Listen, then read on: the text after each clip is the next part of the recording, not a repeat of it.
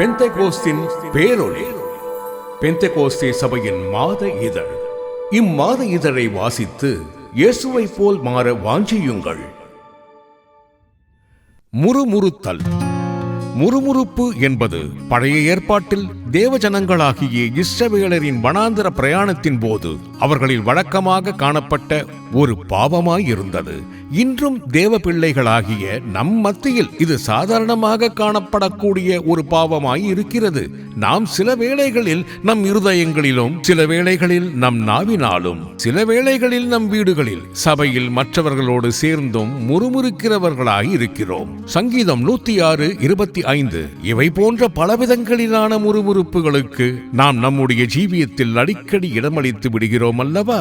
இந்த முறுமுறுப்பானது நாளடைவில் முறையிடுதல், எதிர்த்து பேசுதல், தர்க்கம் பண்ணுதல், வழக்காடுதல், சண்டையிடுதல், நடத்துகிறவர்களுக்கு விரோதமாக கூட்டம் கூடுதல் போன்ற பாவங்கள் நம்மில் பிரவேசிப்பதற்கு வழிவகுத்துவிடும்.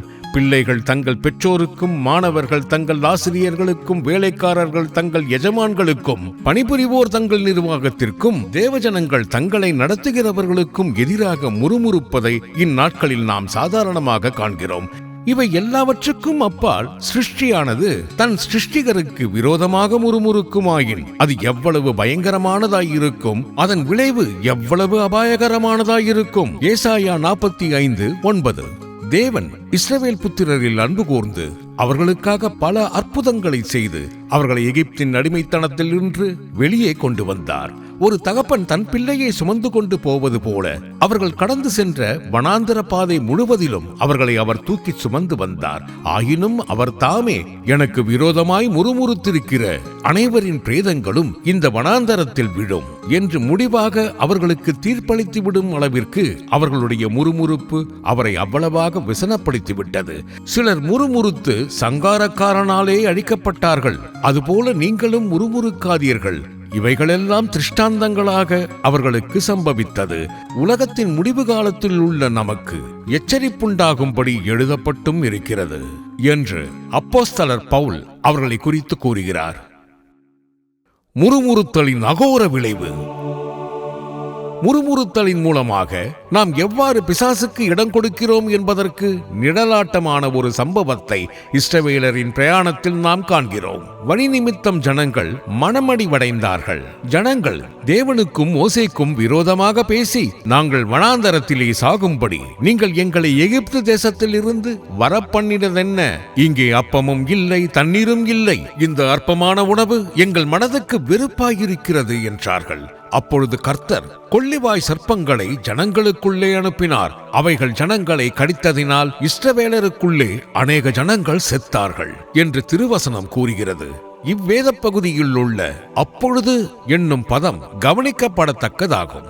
வலு சர்ப்பங்கள் அவர்களை கடித்ததின் காரணத்தை அது சுட்டி காண்பிக்கிறது. வனாந்தரமானது வலு சர்ப்பங்கள் தாபரித்து கிடக்கும் ஒரு இடமாகும். தேவன் தம்முடைய ஜனங்களாகிய இஸ்ரவேல் புத்திரரை 40 வருட காலமாக கொள்ளிவாய் சர்ப்பங்களும் தேள்களும் உள்ள பயங்கரமான பெரிய வனாந்தரத்தின் வழியாகவே நடத்தி வந்தார். ஆயினும் அவ்வனாந்தர பாதை முழுவதிலும் தேவ சமூகமானது இரவில் அக்னி ஸ்தம்பமாகவும் பகலில் மேகஸ்தம்பமாகவும் அவர்களுக்கு ஒரு பாதுகாப்பரனாக அவர்களோடு கூடவே இருந்ததினால் அவ்வனாந்தரத்தில் வசித்து வந்த கொள்ளிவாய் சர்ப்பங்களும் தேள்களும் அவர்கள் பாளையம் இறங்கிய இடங்களில் அவர்களுடைய கூடாரங்களை நெருங்கவோ அவர்களை சேதப்படுத்தவோ கூடாதிருந்தது. ஏனெனில் தேவஜனங்களுக்கு பாதுகாப்பாக இருந்த அதே அக்னி ஸ்தம்பமானது அவைகளுக்கு பட்சிக்கிற அக்னியாக இருந்தது. மேலும் அவர்கள் கர்த்தருடைய பலத்த கையுடன் பிரயாணம் செய்து கொண்டிருந்ததால் மீட்கப்பட்ட ஜனங்கள் கடந்து போகும் வரையும் சத்துருக்கள் கர்த்தருடைய புயத்தின் மகத்துவத்தினால் கல்லை போல அசைவற்றிருப்பார்கள் என எழுதப்பட்டுள்ளவாறு அவை செயலற்றிருந்தன என நாம் கூறலாம். அத்துடன் உங்களை பற்றிய பயமும் அச்சமும் பூமியில் உள்ள சகல மிருகங்களுக்கும் உண்டாகி இருக்கும். பூமியிலே நடமாடுகிற யாவும் உங்களுக்கு கையளிக்கப்பட்டன என்பது ஜல பிரளயத்திற்கு பின்னர் நோவாவுக்கும் அவனுடைய சந்ததிக்கும் தேவனால் அளிக்கப்பட்ட வாக்கு தத்தம் அன்றோ? ஆகவே மீட்கப்பட்டவர்களாகிய தேவ ஜனங்கள் அவ்வனாந்தரத்தினூடாக நடந்து சென்று கொண்டிருந்த போது உண்மையில் அங்கிருந்த கொள்ளிவாய் சர்ப்பங்கள் அவர்களுக்கு பயந்து அவர்களை விட்டு விலகியே இருந்தன. இவ்வாறு அவ்வனாந்தர பயணத்தை தேவன் அவர்களுக்கு அற்புதமான பாதுகாப்புடன் கூடிய ஒரு பயணமாகவே கட்டளையிட்டிருந்தார். ஆயினும் இச்சந்தர்ப்பத்தில் அவ்வனாந்தரத்தில் இருந்த கொள்ளிவாய் சர்ப்பங்கள் தமது ஜனங்களின் பாளையத்திற்குள் வரும்படியாகவும் அவர்களை சேதப்படுத்தும்படியாகவும் தேவன் தாமே அவற்றுக்கு அனுமதி அளித்து விட்டார். இதிலிருந்து நாம் கற்றுக்கொள்ளும் பாடம் யாது? வனாந்தரத்தின் வழியாக பிரயாணம் செய்து கொண்டிருந்த தம் ஜனங்களுக்கு கர்த்தர் தூதர்களின் அப்பத்தையும் கண்மலைகளின் தண்ணீரையும் தந்து அவர்களை அதிசயமான விதத்தில் வழிநடத்தி கொண்டிருந்தார்.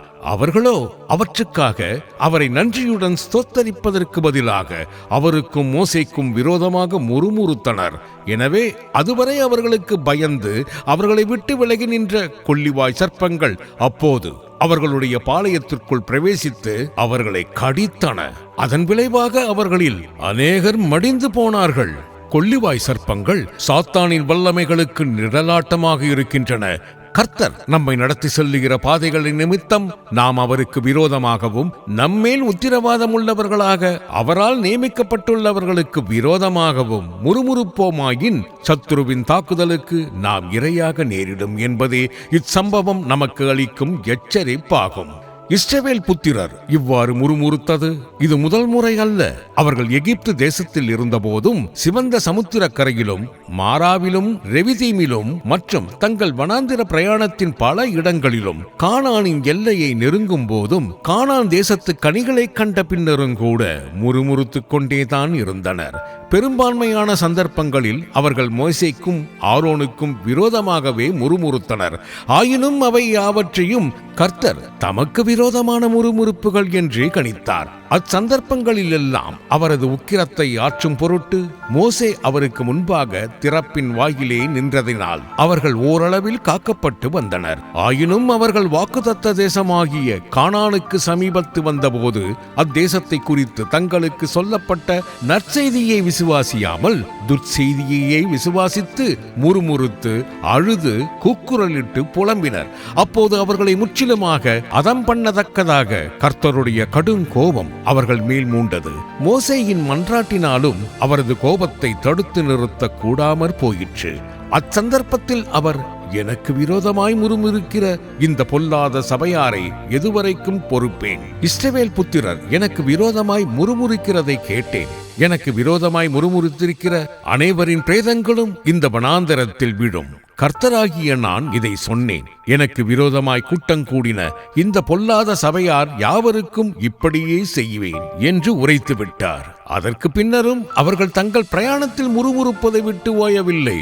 எனவே முடிவாக அவ்வனாந்தரத்தில் இருந்த கொள்ளிவாய் சர்ப்பங்கள் அவர்களை கடிக்கும்படி அவற்றுக்கு அவர் அனுமதி அளித்து விட்டார். அருமையானவர்களே, முறுமுறுத்தல் எவ்வளவு அபாயகரமானது! நாம் கர்த்தருடைய நீடிய பொறுமையை அசட்டை பண்ணுவோமாயின் அவரது கோபாக்கினியையே நம்மேல் குவித்துக் கொள்ளுகிறவர்களாயிருப்போம் என்ற தேவ எச்சரிப்பின் சத்தம் இச்சம்பவத்தில் தொனிக்கிறதன்றோ? தேவ பிள்ளையே, கர்த்தர் உன்னை நடத்தி வருகிற பாதையில் நன்றியுடன் நீ அவரை பின்பற்றிக் கொண்டிருக்கிறாயா? அல்லது அவர் உன்னை நடத்தி வருகிற வழி நிமித்தம் மனமடிவாகி அவரை கேள்வி கேட்டு முறுமுறுத்து முறையிட்டுக் கொண்டிருக்கிறாயா? நீ அவரை அறிந்திருந்தும் அவரை தேவன் என்று மகிமைப்படுத்தாமலும் ஸ்தோத்திரியாமலும் இருக்கும்போது அவர் உனக்கு செய்திருக்கும் ஏராளமான நன்மைகளை உணரக்கூடாத அளவுக்கு உன் இருதயம் இருளடைந்து விடும். நீ மனமகிழ்ச்சியோடும் களிப்போடும் கர்த்தரை சேவிக்க தவறும் போது முறுமுறுத்தலும் முறையிடுதலுமே உன்னிலிருந்து பிறக்கும். இந்நிலை நீடிக்குமாயின் நீ உன் சத்ருவாகிய சாத்தானின் தாக்குதலுக்கு இரையாக நேரிடும். வாதை உன் கூடாரத்தை அணுகாது என்பது நீ உரிமை பாராட்ட வேண்டியதும் உனக்கு சொந்தமானதுமான தேவனுடைய வாக்குத்தத்தம் அன்றோ? உன் மனதிலும் சரீரத்திலும் நீ இப்போது கடந்து சென்று கொண்டிருக்கிற பல வேதனைகளுக்கு காரணம் என்ன என்பதை நீ நிதானித்தறிந்து உன்னை சீர்படுத்திக் கொள்வாயாக. கர்த்தருடைய சத்தத்திற்கு செவி கொடாமல் தங்கள் கூடாரங்களில் முறுமுறுத்தார்கள். கர்த்தர் அவர்களுடைய வார்த்தைகளின் சத்தத்தை கேட்டு அவர்கள் மேல் கடுங்கோபமானார் என்று இஸ்ரவேலரை குறித்து கூறப்பட்டிருப்பது உன்னை குறித்தும் கூறப்படாதபடிக்கு நீ விழிப்புணர்வடைவாயாக. முறுமுறுக்கிறவர்களும் முறையிடுகிறவர்களும் தங்கள் இச்சைகளின்படி நடக்கிறவர்களும் தேவ நியாய தீர்ப்பை அடைவார்கள் என்று திருவசனம் நம்மை எச்சரிக்கிறது. யூதா 14:16. சகோதரரே, நீங்கள் நியாயம் தீர்க்கப்படாதபடிக்கு ஒருவருக்கொருவர் விரோதமாய் முறையிடாதிருங்கள். இதோ நியாயாதிபதி வாசற்படியில் நிற்கிறார், யாக்கோப் 5:9 என்று அப்போஸ்தலர் யாக்கோப் கூறுகிறார். இப்படிப்பட்டவர்கள் தேவனுடைய மாசற்ற பிள்ளைகளாய் கிறிஸ்துவின் இரகசிய வருகையில் எடுத்துக்கொள்ளப்பட முடியாது. பிலிப்பியர் 2:15-16. யூதா 24. நிவாரணம் அளிக்கும் நல்ல சமாரியன். கள்ளர் கைகளில் அகப்பட்டு குற்றுயிராய் கிடந்தவனை தேடி வந்த நல்ல சமாரியனைப் போல உன் ஆண்டவர் உன்மேல் மனதுருக்கம் உள்ளவராய் இவ்விதழின் மூலம் உன்னை தேடி வந்திருக்கிறார். நீ பிசாசானவனால் தாக்கப்பட்டிருப்பதின் முகாந்திரத்தை அவர் உனக்கு சுட்டி காண்பித்திருப்பதுடன் நீ விடுதலை பெற்றுக் கொள்வதற்கான நிவாரணத்தையும் அவர் உனக்கு உண்டு பண்ணியிருக்கிறார். வனாந்தரத்தில் தாங்கள் முறுமுறுத்ததின் நிமித்தம் கொள்ளிவாய் சர்ப்பங்களால் கடிக்கப்பட்டவர்கள் மோசேயினிடத்தில் போய், நாங்கள் கர்த்தருக்கும் உமக்கும் விரோதமாய் பேசினதினால் பாவம் செய்தோம் என்று கூறியது போல நீ உன்னை தாழ்த்தி கர்த்தரோடும் அவரால் உனக்கு மேலாக நியமிக்கப்பட்டுள்ள நடத்திப்புக்காரர்களோடும் நல்மனம் பொருந்துவாயாக. நீ பராமரிக்கப்பட்டு தேறினவனாகும்படியாகவே சத்திரக்காரராகிய தேவ ஊழியர்களை அவர் தமது சபையிலே வைத்திருக்கிறார். மேலும் சர்ப்பங்களால் கடிக்கப்பட்டவர்கள் தாங்கள் பிழைக்கும்படிக்கு தங்களுக்காக ஒரு கம்பத்தின் மேல் தூக்கி வைக்கப்பட்டிருந்த வெண்கல சர்ப்பத்தை நோக்கி பார்த்தது போல நீயும் பிழைக்கும்படி உனக்காக சிலுவையில் உயர்த்தப்பட்டிருக்கிற உனது அருமை ஆண்டவராகிய இயேசுவை நோக்கி பார்ப்பாயாக. பூமியின் எல்லையெங்கும் உள்ளவர்களே, என்னை நோக்கி பாருங்கள், அப்போது ரட்சிக்கப்படுவீர்கள். ஏசாயா 45:22 என்ற சத்தம் கல்வாரி சிலுவையை நின்று தொனிக்கிறது. உனக்கு தேவையான சகல விடுதலையும் சுகமும் ஜெயமும் அந்த கல்வாரியினின்றே வெளிப்படுகின்றன. அவர் உன் பலவீனங்களையும் நோய்களையும் சாபங்களையும் துக்கங்களையும் சிலுவையில் சுமந்தார். மத்தேயு 8:17, கலாக்கியர் 3:13, ஏசாயா 53:4. கல்வாரி சிலுவையில் வலுசர்ப்பத்தின் தலையை நசுக்கியவர் அவரே. ஆம், பிசாசினுடைய கிரியைகளை அழிக்கும்படிக்கே தேவனுடைய குமாரன் வெளிப்பட்டார். 1 யோவான் 3:8. ஆகவே அவரது பாதத்தில் நீ சரணடைவாயாக. தேவபிள்ளையே, கர்த்தர் தாம் உனக்கு இறங்கும்படி நீ மனம் திரும்ப வேண்டும் என்று உனக்காக காத்திருக்கிறார். அவர்கள் வழிகளை நான் பார்த்து அவர்களை குணமாக்குவேன் என்று அவர் உரைத்திருக்கிறாரே. ஏசாயா 30:18, 57:18. இனி வரும் நாட்களில் கோணலும் மாறுபாடுமான சந்ததியின் நடுவில் நீ உன்னை குற்றமற்றவனும் கபடமற்றவனும் தேவனுடைய மாசற்ற பிள்ளையுமாக காத்துக்கொள்ளும்படிக்கு எல்லாவற்றையும் முறுமுறுப்பில்லாமலும் தர்க்கிப்பில்லாமலும் செய்யவும், இவ்விஷயத்தில் மற்றவர்கள் செய்யும் பாவங்களுக்கு உடன்படாதவாறு உன்னை சுத்தவானாக காத்துக்கொள்ளவும், எல்லாவற்றுக்காகவும் தேவனை ஸ்தோத்திரிக்கவும் உன் மனதில் நிர்ணயம் பண்ணிக்கொள்வாயாக. கர்த்தர் உன்னை நடத்தும் பாதைகளில் மகிழ்வுடனும் துதியுடனும் அவருக்கு பின் செல்ல நீ தீர்மானிப்பாயாக.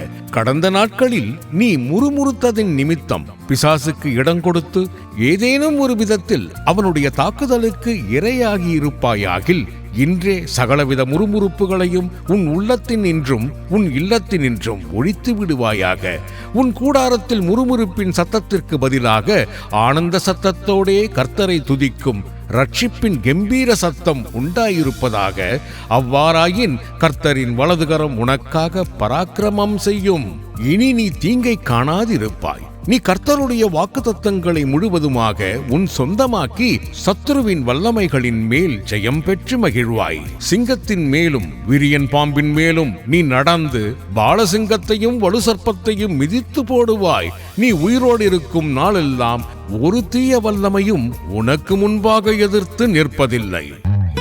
இதை கேட்டுக்கொண்டிருக்கும் விசுவாசிகளே, ஒவ்வொரு மாதமும் இந்த இதழை ஒளிநாடாவாக கேட்க தயவு கூர்ந்து இந்த சேனலை பெல் பட்டனை அமைக்கி ஒரு சப்ஸ்கிரைப் செய்யவும். கர்த்தர் உங்களை ஆசீர்வதிப்பாராக. வாக்குத்தத்தம். துஷ்டன் இனி உன் வழியாய் கடந்து வருவதில்லை. அவன் முழுவதும் சங்கரிக்கப்பட்டான். ஒடுக்குகிறவன் இல்லாதே போவான். நாகூம் 1:15, ஏசாயா 16:4.